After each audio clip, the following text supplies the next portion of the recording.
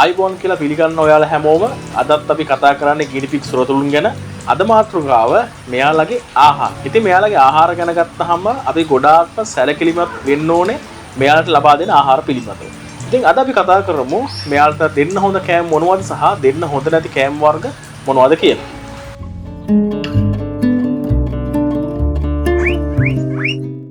අපි පළමුව බලමු ගිනිපිග්ලට දෙන්න පුළුවන් හොඳ ආහාර වර්ග මොනවද කියලා. සාමාන්‍යයෙන් ගිනිපිග්ලට දවසට අවශ්‍ය වෙන ආහාර වේලෙන් 80%ක්ම ලැබෙන්න අවශ්‍ය වෙන්නේ තනකොළ වර්ග. ඉතින් තනකොළ වර්ග ගත්තාම ලංකාවේ ඕන තරම් තනකොළ වර්ග තියෙනවා. තනකොළ වර්ග අතරින් අපිට ලේසියෙන්ම හොයාගන්න පුළුවන් තනකොළ වර්ගය තමයි මාන සහ ඉලුක් කියන්නේ. ඉතින් මාන සහ ඉලුක් තනකොළ වර්ග ලංකාවේ ඕනම තැනකින් හොයාගන්න පුළුවන්. ඉතින් අපිට ලේසියෙන්ම ගිනිපිග්ලට අවශ්‍ය වෙන තනකොළ අවශ්‍යතාවය සපුරන්න පුළුවන් මේ මාන සහ ඉලුක් වලින්. මේවා ගිනිපිග් සඳහා ලබා දෙනකොට හොඳින් මතක තබා ගන්න ඕනේ මේ වගේ ලපටි කොළ පමණක් ලබා දෙන්න. මොකද මේ වගේ මෝරප කොළ ගන්නකොට ඒව ගොඩක් රළු ගතියක් තියෙනවා. ඉතින් ගිනිපිග්ලගේ කටවල් එහෙම තුවාල වෙන්න තියෙන ඉඩකඩ ගොඩක් වැඩි. මාන සහ ඉලුක් වලට අමතරව ඔයාලට මේ වීඩියෝ එකේ පේන තනකොළ උනත් දෙන්න පුළුවන්. මේවත් එයාලා හරි ආසාවෙන් කනවා. මීට අමතරව ඔයාලට ගවයන් ආහාරයට ගන්න ඕනම තනකොළ වර්ගයක් ගිනිපිග්ලට දෙන්න පුළුවන්. ඒ දෙනකොට ඒ ඕනම තනකොළ වර්ගයක් හොඳින් සෝදලා දෙන්න පුළුවන් නම් ගොඩක් හොඳයි. මොකද සමහර තැන්වල තියෙන තනකොළ වල විස බීජ තියෙන්න පුළුවන්, දූවිලි, කුණු වගේ දේවල් ගෑවිලා තියෙන්න පුළුවන්. ඉතින් ඒවා ආහාරයට ගත්තොත් ගිනිපිග්ලා ඉක්මනටම අසනීප වෙන්න තියෙන ඉඩකඩ වැඩි. ඒ නිසා මතක ඇතුව හොදලා පිරිසුදු කරලා ලබා දෙන්න පුළුවන් නම් ගොඩක් හොඳයි. ඒ වගේම තමයි ඔයාලට තනකොළ ලබා දෙනකොට පොඩි කොටස් වලට කපලා දෙන්න පුළුවන් නම් ඒකත් ගොඩක් හොඳයි. මොකද එයාලා කැමති පොඩි පොඩි කෑලි කෑලි අහුල කන්න.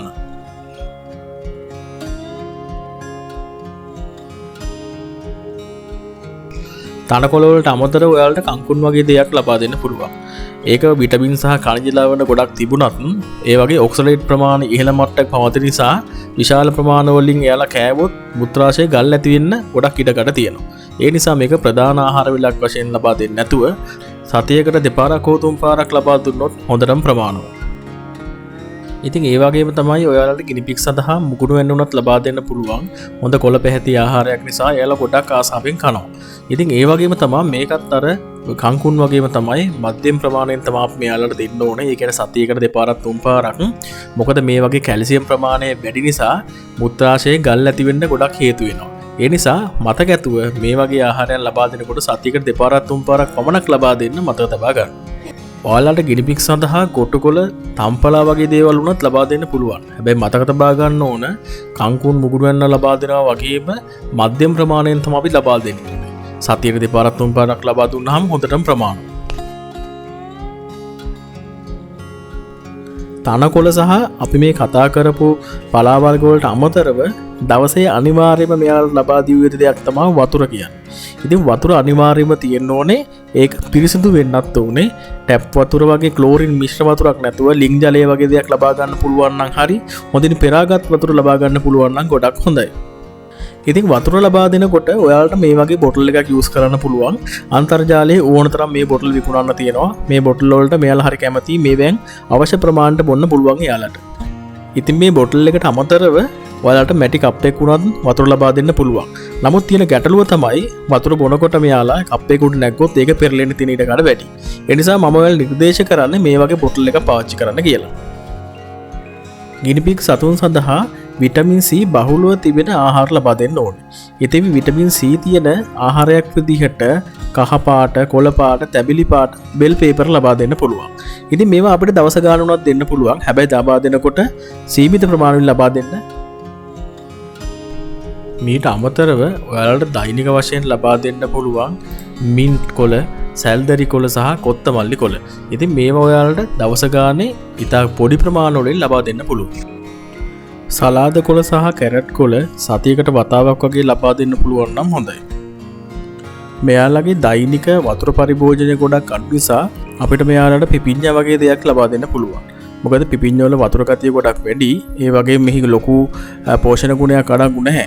නමුත් පිපිඤ්ඤා ඔයාලට මධ්‍යම ප්‍රමාණයෙන් දවසට පෝෂණය කරන්න පුළුවන්. ඔයාලට පුළුවන් මෙයාලට කොමඩු උනත් ලබා දෙන්න. නමුත් කොමඩු ගොඩක් පැනස වැඩි නිසා බොහොම සුළු ප්‍රමාණයක් පමණක් දවසට ලබා දෙන්න. ඒ වගේම තමයි කැකිරි උනත් ලබා දෙන්න පුළුවන්.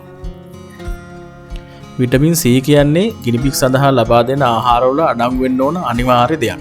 නමුත් ලංකාවේදී අපිට විටමින් C අඩංගු ආහාර හොයාගන්න එක හරි අමාරුයි. ලංකාවේදී හොයාගන්න පුළුවන් හොඳම විටමින් C ආහාරය බෙල් පේපර් පමණයි. ඉතින් මෙම නිසා අපිට විටමින් C වෙනම මෙයාලට ලබා දෙන්න වෙනවා. ෆාමසි වලින් අපිට ලබා ගන්න පුළුවන් විටමින් C පොඩි පෙති. ඉතින් මේ පොඩි පෙත්තක් හතරට බෙදලා හතරෙන් එකක කොටසක් එක ගිනිපික් කෙනෙක් සඳහා දවසකට ලබා දිය හැකියි. දිනපතාම ලබා දීම අපහසු නම් දවස් දෙකෙන් දෙකට වගේ ලබා දෙන්න ඒ හොඳටම ප්‍රමාණවත්. විටමින් C මෙයාලට ලබා දෙන්නේ අපි තෝරාගත් හතරෙන් එකක කොටස ඊටාම කුඩා වතුර ප්‍රමාණයක දිය කරලා සිලින්ඩරයක් ආධාරයෙන් මෙයාලගේ කටට දමන්න. මෙයාලා දිනපතා එකට පුරුදු වුණාට පස්සේ හරි ආසාවෙන් බොන්න ගන්නවා. කොයිම් මොහොතකවත් මෙයාලා භාවිතා කරන වතුර භාජනයකට විටමින් C දිය කරන්න එපා. එතකොට විටමින් C වල තියෙන ගුණාත්මක භාවය නැති වෙලා යනවා. මේ විදිහට විටමින් C ලබා දෙන එක අනිවාර්ය දෙයක්. මොකද මෙයාලගේ වැඩිවීමට විටමින් C කියන දේ අනිවාර්යයෙන්ම තියෙන්න ඕන. අපි දැන් බලමු මෙයාලට ලබා දෙන්න පුළුවන් පළතුරු වර්ග මොනවද කියලා. මෙයාලට ලබා දෙන්න පුළුවන් පළතුරු වශයෙන් ගත්තොත් ඇපල් ලබා දෙන්න පුළුවන්. නමුත් ඇපල් ලබා දෙනකොට එහි ඇට ඉවත් කරලා ලබා දෙන්න.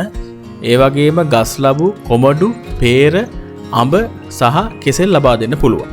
සතියට වතාවක් හෝ දෙවතාවක් පමණක් ලබා දෙන්න. මොකද පළතුරු ජාති දිනපතා ලබා ගැනීම මෙයාලගේ ශරීරයට ගොඩක් අහිතකරයි. මොකද පළතුරු වල වැඩිපුර වඩංගු වන්නේ සීනි නිසා. අපි දැන් බලමු ගිනිපික් සඳහා ලබා නොදිය යුතු ආහාර වර්ග මොනවද කියලා.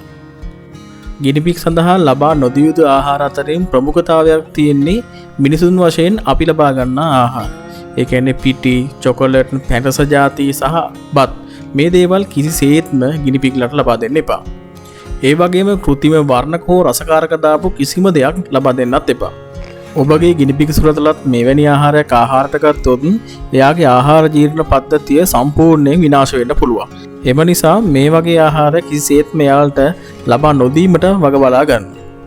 මීට අමතරව අලිගැට peer, ටින් කළ හෝ ශීතකල පළතුරු හෝ එළවලු, පොල්, පළතුරු බීජ සහ ඇට, සුදු ලූණු, ගම්මිරිස්, ලීක්ස්, ලූණු මේ වගේ දේවල් දෙන්න යන්නත් එපා. ඒ වගේම තමයි අර්තාපල්. අර්තාපල් ශාකයේ ඕනම කොටසක් මෙයාලට දෙන්න යන්න එපා. ඒ වගේම තමයි මෙයාලට තක්කාලි කොළ වගේ දේවල් දෙන්නත් එපා.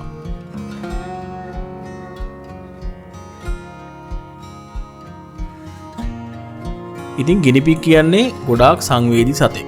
ඒ නිසා එයාලට ආහාර ලබා දෙනකොට අපි මේ කතා කරපු දේවල් ගැන හොඳින් අවධානය යොමු කරන්න. ඒ වගේම මෙයාලට විෂ වෙන කෑම ජාති වැළකී සිටින්න කියලා මම ඔයාලගෙන් ඉල්ලා සිටිනවා. මෙයාලට අවශ්‍ය කරන දවසේ ආහාර වේලෙන් 80%කට වැඩි ප්‍රමාණයක් තනකොළ සහ මිරිදිය ජලය ලබා දෙන්න අමතක කරන්නත් එපා. මෙයාලට කැමති වෙලාවට ආහාරයට ගන්න අවශ්‍ය තරම තනකොළ ලබා දෙන්න. මොකද ඒක අත්‍යවශ්‍යම දෙයක්. දැන් ඔයාලට පුළුවන් අපායදින විදිහට නිෂ්පාදනය කරන ගිනිපික්ලට අමතර ආහාරයක් විදිහට ලබා දෙන්න මෙම ෆීඩ් එක ලබා ගන්න. මෙම ෆීඩ් එක කිලෝ 1 සහ කිලෝ 2 සහ කිලෝ 4 වශයෙන් ඔබට ලබා ගන්න පුළුවන්. ඉතින් ඔබගේ මිලදී ගැනීම සඳහා මෙම දුරකථන අංකයෙන් අප හා සම්බන්ධ වන්න.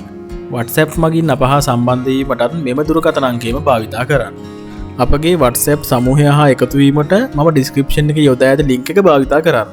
එම WhatsApp සමූහය හරහා ඔබට මේ ෆීඩ් එක මිලදී ගැනීමට හෝ නිරෝගී සෞඛ්‍ය සම්පන්න ගිනිපික් සතෙකු මිලදී ගැනීමට හෝ අප ආයතන විසින් ලබා දෙන ඕනෑම යාවත් කාල කිරීමක් හෝ ගිනිපික්ලා සම්බන්ධ වැඩි විස්තර ලබා ගැනීමට ඒ ගෲප් එක භාවිතා කරන්න පුළුවන්. ඉතින් අදත් මේ කතා කරපු කාරණා වලින් ඔයාලා ලොකු දැනුමක් ලබා ගන්න ඇති කියලා මම හිතනවා. වගේම ඔයාලගේ සුරතලාගේ ආහාර අවශ්‍යතාවය ගැන හොඳ දැනුමක් ඔයාලට ලැබෙන්න ඇති. ඉතින් එහෙනම් අනිවාර්යෙන් අපේ channel එක subscribe කරන්න, share කරන්න, comment කරන්න අමතක කරන්න එපා. එහෙනම් ළඟදීම තවත් මේ වගේ වටිනා කෙලි වීඩියෝ එකකින් අපි හමු.